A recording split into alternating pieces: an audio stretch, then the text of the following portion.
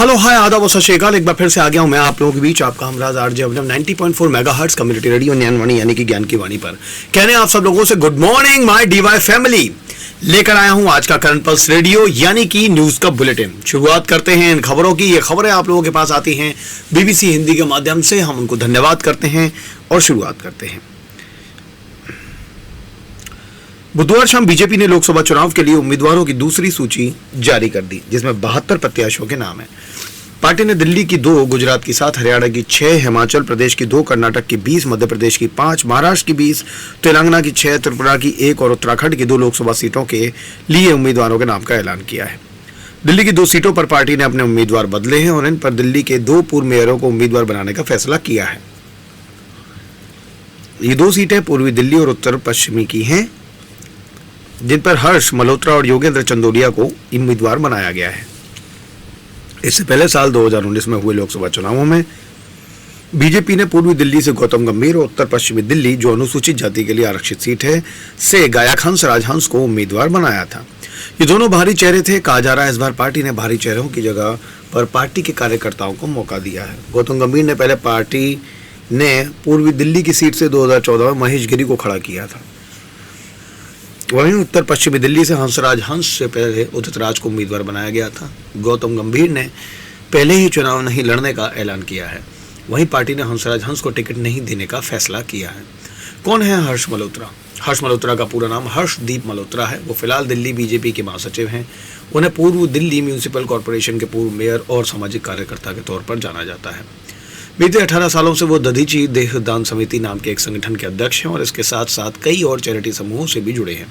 ये संगठन अंगदान के लिए लोगों में जागरूकता फैलाते हैं। वो पूर्वी दिल्ली म्यूनिसिपल कॉरपोरेशन की शिक्षा समिति में भी बतौर चेयरमैन शामिल रह चुके हैं। देहदान की वेबसाइट के अनुसार इस दौरान उन्होंने सुपोषण नाम की एक स्कीम लॉन्च की, जिसमें म्यूनिसिपल कॉरपोरेशन के तहत 398 स्कूल के बच्चों के बीच कुपोषण कम करने को लेकर अभियान चलाया गया था। साल 2016 में वो उस वक्त चर्चा में आए थे जब दिल्ली के 2 अन्य बीजेपी के नियंत्रण वाली म्यूनिसिपैलिटी के मेयरों के साथ मिलकर केजरीवाल सरकार के खिलाफ विरोध प्रदर्शन किया था। 2015 में पूर्वी दिल्ली से कांग्रेस की प्रत्याशी रेखा रानी को हराकर वो मेयर चुने गए थे। उन्होंने दिल्ली सरकार पर नगर निगम को मिलने वाला फंड रोकने और दिल्ली फाइनेंस कमीशन लागू न करने का आरोप लगाया था। नेताओं की ओर से दाखिल हलफनामे में दी गई जानकारी के आधार पर उनके बारे में जानकारी देने वाली माय नेता वेबसाइट के अनुसार हर्ष मल्होत्रा के खिलाफ कोई आपराधिक मामला दर्ज नहीं है। हर्ष मल्होत्रा दिल्ली के हंसराज कॉलेज से विज्ञान में ग्रेजुएट हैं। साथ ही उन्होंने दिल्ली यूनिवर्सिटी से कानून की भी पढ़ाई की है। कौन है योगेंद्र चंदोलिया? योगेंद्र चंदोलिया दिल्ली प्रदेश से बीजेपी के महासचिव हैं और उत्तरी दिल्ली म्यूनिसिपैलिटी से मेयर रहे हैं। मान्यता के अनुसार चंदोलिया ने दिल्ली यूनिवर्सिटी के शिवाजी कॉलेज से पढ़ाई की है और 2015 में दिए गए उनके हलफनामे के अनुसार उनके खिलाफ कोई आपराधिक मामला दर्ज नहीं है। चंदोलिया ने साल 2020 और 2015 में दिल्ली की करोल बाग सीट से बीजेपी के टिकट पर विधानसभा चुनाव लड़ा था। दोनों ही बार आम आदमी पार्टी के नेता विशेष रवि ने उन्हें बड़े अंतर के साथ हराया था। खबरों के मुताबिक साल 2022 के दिसंबर महीने में उन्होंने आम आदमी पार्टी के नेताओं के खिलाफ एंटी करप्शन ब्यूरो में शिकायत दर्ज कराई थी। उनका कहना था कि आम आदमी पार्टी के नेताओं ने उनकी पार्टी पर उनके नेताओं को तोड़ने की कोशिश का बहुत बड़ा झूठा आरोप लगाया है। बीजेपी ने दिल्ली में बदले हैं 6 उम्मीदवार। दिल्ली में कुल 7 लोकसभा सीटें हैं। 2 सप्ताह पहले पार्टी ने 195 उम्मीदवारों की पहली सूची जारी की थी, जिसमें उसने दिल्ली की 5 सीटों से प्रत्याशियों के नामों की घोषणा की थी। इस लिस्ट से शेष 2 सीटों को लेकर जारी कयास भी खत्म हो गए हैं। इस बार मीनाक्षी लेखी, गौतम गंभीर, रमेश बिदुड़ी, हंसराज हंस, प्रवेश वर्मा और हर्षवर्धन को टिकट नहीं दिया गया है। सीटों की बात करें तो चांदनी चौक से प्रवीण खंडेलवाल, उत्तर पूर्वी दिल्ली से मनोज तिवारी, नई दिल्ली से विदेश मंत्री रही सुषमा स्वराज की बेटी बांसुरी स्वराज, पश्चिमी दिल्ली से कमलजीत सहरावत और दक्षिणी दिल्ली से नामवीर सिंह बिदुड़ी के नामों का ऐलान किया गया था। पार्टी ने मनोज तिवारी को छोड़कर बाकी सीटों पर अपने उम्मीदवारों को नहीं दोहराया है। देखते हैं कि आगे किस कदर बढ़ती है खबरें। नायब सिंह सैनी कौन है जो बने हैं हरियाणा के नए मुख्यमंत्री? हरियाणा में बीजेपी प्रदेश अध्यक्ष नायब सिंह सैनी ने नए मुख्यमंत्री पद की शपथ ली। नायब सिंह सैनी कुरुक्षेत्र से बीजेपी के सांसद भी हैं। त्रिपुरा के पूर्व मुख्यमंत्री और राज्यसभा सांसद बिप्लब देव ने नायब सिंह सैनी को विधायक दल का नेता चुने जाने पर बधाई दी थी।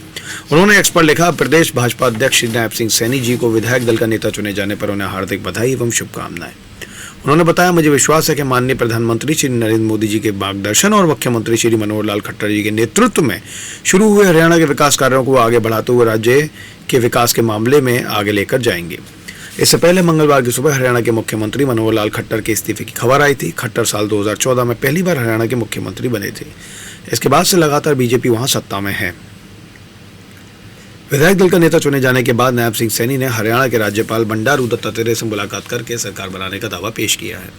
इससे पहले बीजेपी विधायक राजेश नागर ने पीटीआई को बताया था मनोहर लाल जी ने ही उनका नाम आगे बढ़ाया था।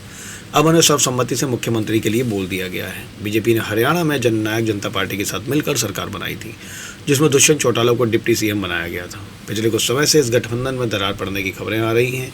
नायब सिंह सैनी मुख्यमंत्री पद की जिम्मेदारी संभालने के बाद अपने मंत्रिमंडल का गठन करेंगे। एक सवाल ये उठाया जा रहा है कि इस मंत्रिमंडल में जेजेपी को जगह दी जाएगी या नहीं। करनाल से बीजेपी विधायक संजय भाटिया ने मंत्रिमंडल में बदलाव से जुड़े सवाल पर प्रतिक्रिया दी है। उन्होंने कहा, अब जो मुख्यमंत्री शपथ लेंगे ये उनका एक अधिकार है, वो किसे मंत्रिमंडल में रखते हैं। अपनी टीम बनाने का उन्हें पूरा अधिकार है और वो पार्टी की सलाह से ही बनाएंगे। वहीं विपक्षी दल के कांग्रेस के नेता और पूर्व मुख्यमंत्री भूपेंद्र सिंह हुड्डा ने इस घटनाक्रम के बाद राज्य में राष्ट्रपति शासन लगाने की मांग की है। उन्होंने प्रेस कॉन्फ्रेंस में कहा कि राष्ट्रपति शासन लगाया जाना चाहिए। ये सरकार अपना नैतिक बल खो चुकी है। इसकी वजह सरकार का असफल रहना है, क्योंकि बीजेपी और जेजेपी के बीच ये गठबंधन किसी नीति पर आधारित नहीं था। सिर्फ सरकार विरोधी लहर से बचने के लिए और लोगों का ध्यान हटाने के लिए ये किया जा रहा है। ये मिलीभगत है और लोग इस बात को समझ चुके हैं। इसके साथ ही कांग्रेस नेता रणदीप सुरजेवाला ने एक्स पर लिखे एक पोस्ट में बीजेपी को घेरने की कोशिश की है। उन्होंने लिखा कि हरियाणा में पूर्व निर्धारित स्क्रिप्ट के आधार पर हरियाणवियों को जाति के विभाजन में बांटकर वोट बटोरने की राजनीतिक सर्कस शुरू। 9.5 साल की खट्टर सरकार की नाकामयाबी और नकारापन से बचने के लिए गठबंधन तोड़ने का पूर्व निर्धारित ड्रामा, आधे अब भाजपा में और आधे जजपा में। सारे पफों का ठीक राजस्व पर मरने का नया शगुफा छोड़ा जाएगा, नया मंत्रिमंडल बनाया जाएगा, शायद नया मुख्यमंत्री भी। लोगों को पिछले कुकर्म भुलाने, 10 सालों के पिछली जन विरोधी नीतियों फैसलों से भटकाने के लिए पाप के टोकरे पर नया लेबल चिपकाया जाएगा। कौन है नायब सिंह सैनी? अंबाला के मिर्जापुर माजरा गांव से आने वाले नायब सिंह सैनी ने यूपी की चौधरी चरण सिंह यूनिवर्सिटी से कानून की पढ़ाई की है। 90 के दशक में अंबाला से ही अपने राजनीतिक करियर की शुरुआत करने वाले सैनी को पिछले साल ही पार्टी का प्रदेश अध्यक्ष बनाया गया है, लेकिन इनकी शुरुआत अंबाला में बीजेपी के जिला युवा मोर्चा से हुई। सैनी ने इस संगठन में महासचिव और जिला अध्यक्ष जैसे पदों की कमान संभाली। इसके बाद पार्टी ने उन्हें हरियाणा किसान मोर्चा के महासचिव पद की जिम्मेदारी भी दी। साल 2009 में पहली बार उन्होंने नारायणगढ़ विधानसभा सीट पर अपनी दावेदारी की, लेकिन इस चुनाव में उन्हें कांग्रेस के प्रत्याशी रामकिशन का सामना करते हुए हार का सामना करना पड़ा। इसके बाद साल 2012 में पार्टी ने उन्हें अंबाला में जिला अध्यक्ष बनाया। साल 2014 में नायब सिंह सैनी ने एक बार फिर से नारायणगढ़ सीट से विधानसभा चुनाव लड़ा, जिसमें उन्होंने कांग्रेस प्रत्याशी निर्मल सिंह को मात दी। बीजेपी ने भी इसी चुनाव में पहली बार हरियाणा में चुनाव जीत का इतिहास रचा था। इसके बाद बीजेपी ने मनोहर लाल खट्टर को मुख्यमंत्री पद की कमान दी थी। नायब सिंह सैनी को हरियाणा में मुख्यमंत्री मनोहर लाल खट्टर के करीबी नेताओं में शुमार किया जाता है। खट्टर के मुख्यमंत्री बनने के साथ ही नायब सिंह सैनी को कैबिनेट में जगह दी गई। इसके बाद उन्हें खान एवं भू विज्ञान और नवीकरणीय ऊर्जा विभाग की जिम्मेदारी दी गई। इसके बाद साल 2019 के चुनाव में बीजेपी ने नायब सिंह सैनी को कुरुक्षेत्र लोकसभा सीट से उतारा, जिसमें उन्होंने 3.84 लाख वोटों से जीत दर्ज की थी। दोबारा बना रहूंगा आप लोगों के साथ 90.4 मेगाहर्ट्ज कम्युनिटी रेडियो पर, आप लोगों के साथ। Thank you so much.